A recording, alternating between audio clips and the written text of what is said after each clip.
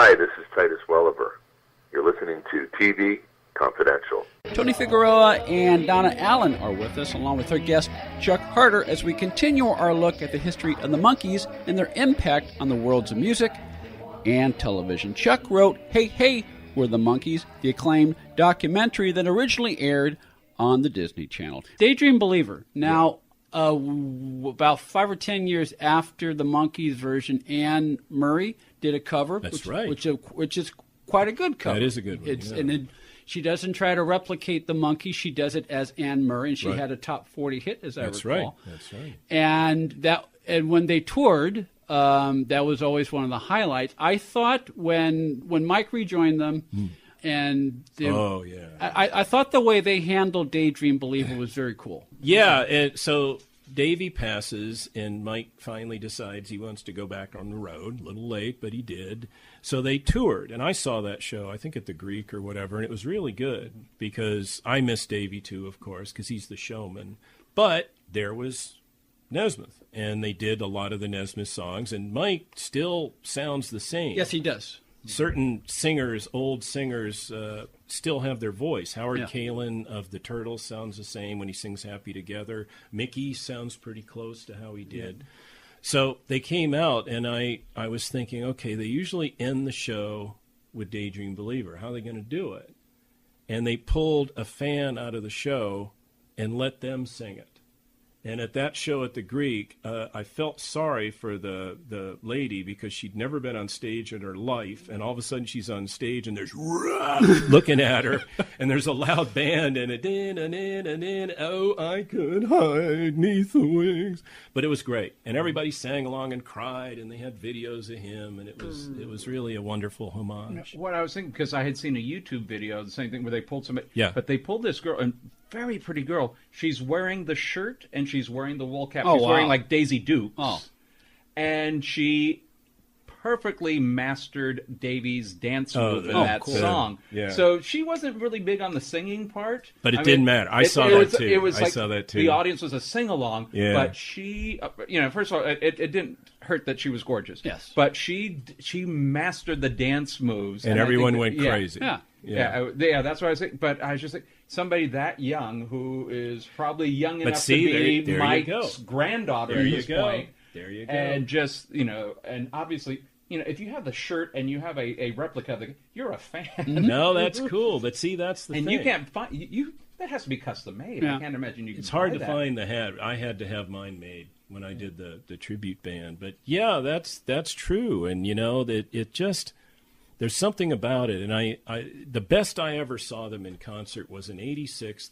At the end of the tour, they were playing the Greek Theater, and I had a ticket real early, and there were rumors that Nesmith was going to show up for it.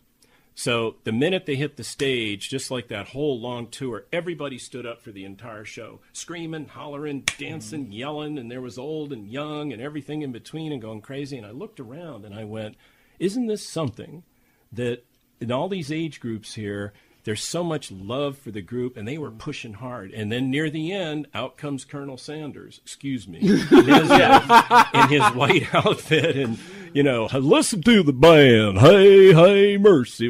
They went berserk. Yeah. I thought they were going to tear down the theater. And I just went, okay, sorry, snobs.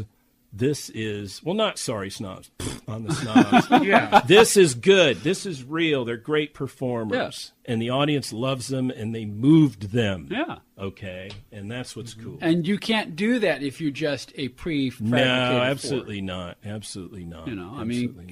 If you're able to continue to touch a core group 40, 50 years after the fact, if you're able to connect with a new generation, 3 generations of music listeners, lovers, aficionados, you're doing something right.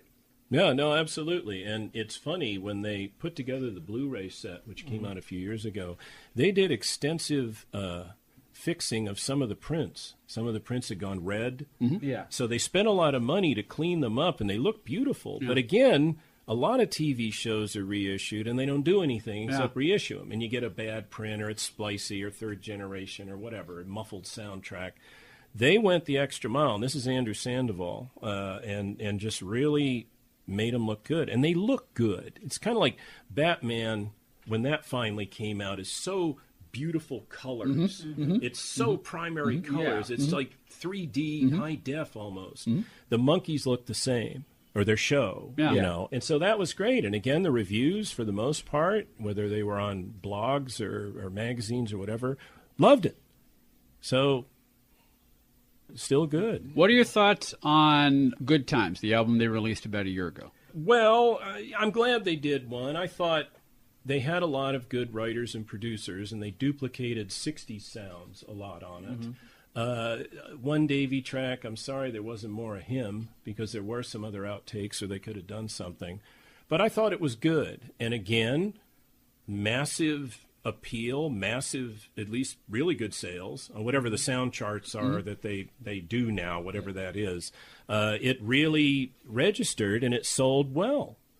And had a couple videos and the whole thing. One of the videos, the video to She Makes Me Laugh, they did it, you guys have probably seen it, they did it as a sort of semi-comic book come to life of the four of them as if they were doing an episode. And that kind of speaks to what you said earlier, Chuck, in that what makes the Monkee music different is the show, and it evokes images of the show, or you connect certain episodes or certain video moments to that song, and that's what keeps it, and that's what made them unique. That's right. No, it is. And prior to that, I'm trying to think, the only other group that was sort of like them was Paul Revere and the Raiders, which was a great group, and they were on a 5-time-a-week afternoon show, Where the Action Is, for Dick Clark.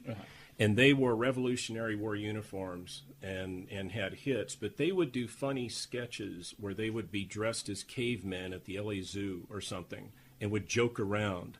So they were kind of doing it, but they were afternoon in black and white video. The Monkees were color primetime. And right when the Monkees hit big and the Raiders were about to make a color feature film, 3 of them left, and it wobbled for a while. And they kept going, but it just didn't. I remember in the 80s when I lived in Lake Tahoe, they were always playing Harrah's. Right, and later became a very popular touring band. But they kind of combined the comedy antics with the rock band. But the Monkees had primetime color. Plus, you got to remember, too, and you'll all know this being TV historians, 1965 into 6 is when the price of color television sets has dropped.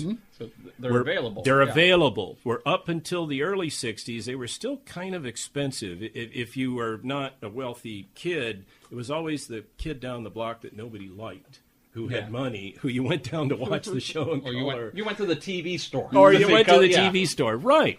But now color.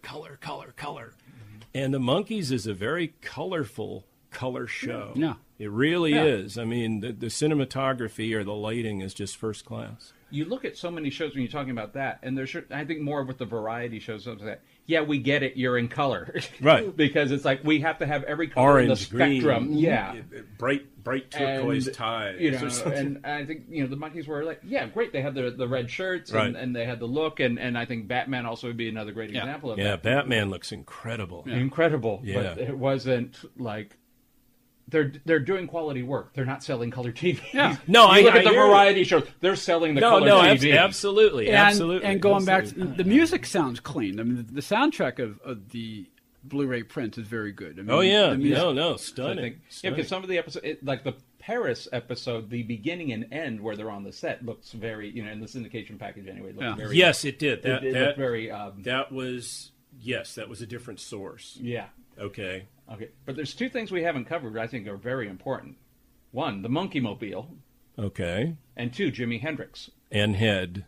Okay, 3. So 3 things. Yeah. So you want to take the Monkee Mobile? No, I get to take it. You get to take the Monkee Mobile. Man, yeah, you're the guest man. I guess I am. You've touched it. I have touched it. Yeah. I've seen it beyond glass. Yeah, and here's the weirdest thing: the Monkee Mobile. George Barris made it. Yeah, and he was out in North Hollywood. He made the Batmobile and the Munster coach, and all those kind of things. So they feature the Monkee Mobile in early publicity shots. I think it might be in the pilot, and then they never used it again in the show. It hardly ever appears again. Yeah. It's the weirdest thing. They sent it on tour So it's weird, it's like Elvis's gold Cadillac went on tour. You didn't see Elvis, but you could go and pay $1 and see the Monkey Mobile. Yeah. Odd. But it really works well, and it's so funny when in 1995 at the Hard Rock Cafe in Hollywood, there was an event with the 4 of them. Harold Bronson and Rhino did it. They were all going to get gold albums, so all 4 of them were going to show up. I was there, of course, and everybody's going crazy and this and that. So they wanted to bring the Monkey Mobile there, okay, and park it in front. And apparently it hadn't run in a while, and it was spewing so much dirt and oil and smoke out of the back. And it sort of got there. But chihuahua, all this smoke and everything.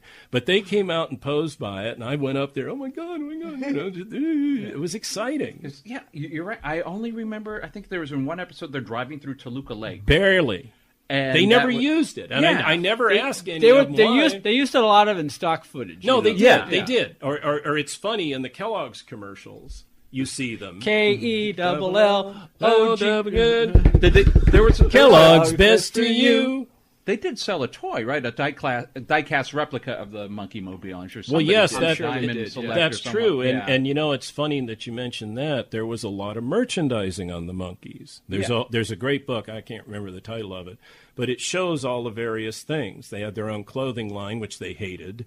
And they had every conceivable toy or this or that or dolls or little cars or coloring books or all this kind of stuff. Lunchboxes. Yeah, lunchboxes. Yeah. And it was like Batman. There was a lot of merchandising because the powers that be went, and they thought back probably at the Beatles merchandising in '64, which was a lot, or even earlier Elvis toys. Or when my brother and I were kids, there's a paperback book called the Monkees Mod, or the I think of Monkees Mod. The Monkees Mod, and it's a collection of like fan magazine stuff, liner notes stuff, and original like Mad Magazine like artwork. And they would be like did you know that when Mike Ness was in the Air Force, he nearly totaled an engine's jet and was fired. And there's this funny picture of an Air Force plane like upside down. Yeah, that actually happened, by the way. Yeah, I know. Yeah, he talks about that like in some of the audition stuff where he's Michael Blessing. I knocked over a general's jet.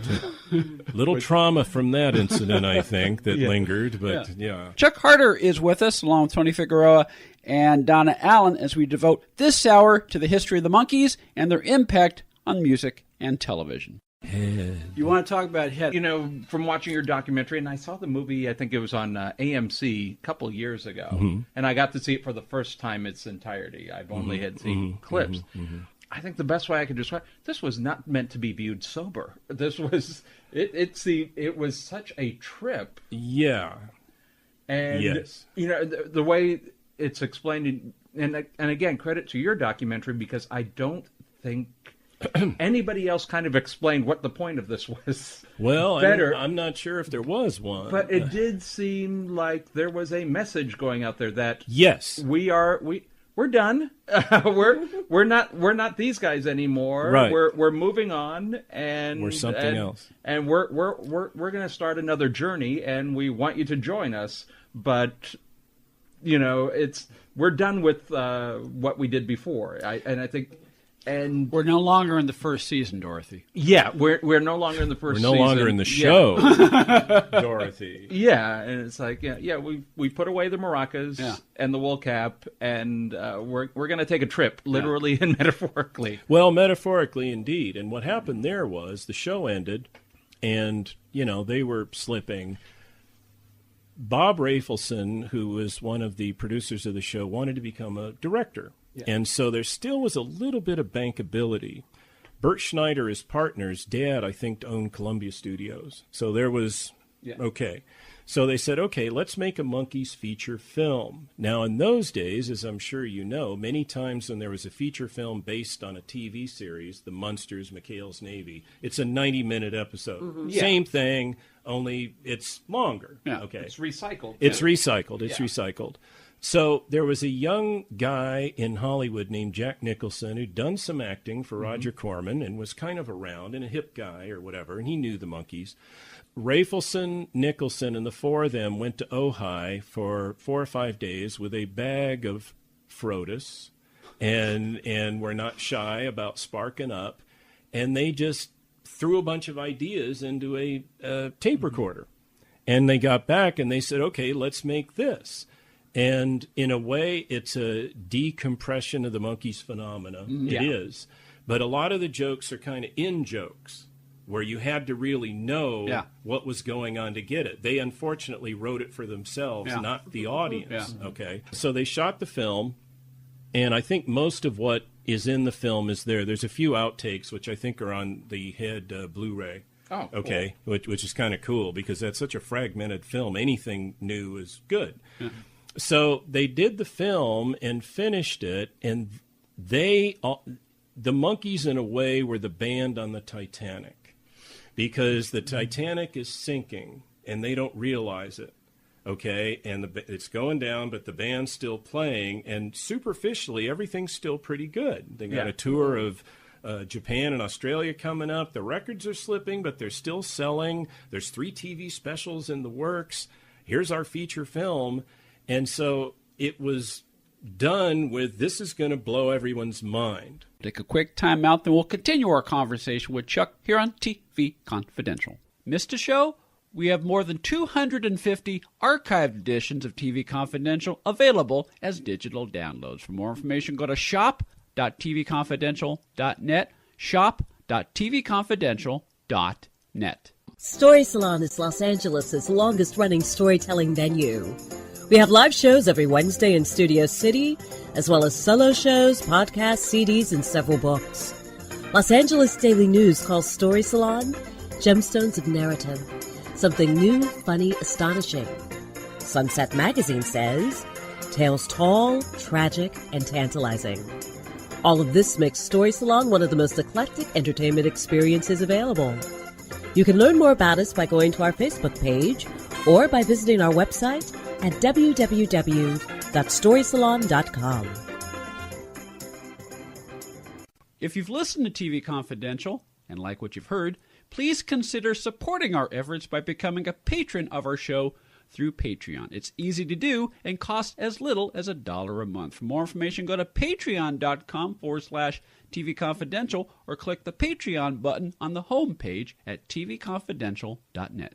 Want a free first ride with Uber? Uber, the mobile app that connects you with a ride at the touch of a button in minutes. Enter promo code TV Confidential after you download the app to receive your first free ride up to $20. For more information, go to get.uber.com/go/TV Confidential. TV Confidential is available online for listening on demand as a podcast through iTunes, Spreaker, Apple Podcasts, Spotify, Stitcher, and anywhere else where you could download podcasts. You can also listen to recent episodes of TV Confidential on demand for free on the Listen Now page at televisionconfidential.com. Ed Robertson, along with our friend Donna Allen Figueroa, who I understand has a new book out. Yes, it's entitled Fall Again Beginnings. It's the first part of a 4-part contemporary romantic series set against the background of working actors. Something that you know a thing or two well, about. You write what you know, and I have been working in the business for several years. It is not necessarily autobiographical, but it's based on... Sure, many of the experiences that the actors in my book have, many have happened to me, many have happened to friends of mine. It's not, if you're looking for Valley of the Dolls, it's not, it's grounded in reality. It is grounded in reality, and it's the first in a series. Yes. Called the Fall Again series. Fall Again. Which is available as a paperback as well as an ebook and in Kindle at fallagainseries.com.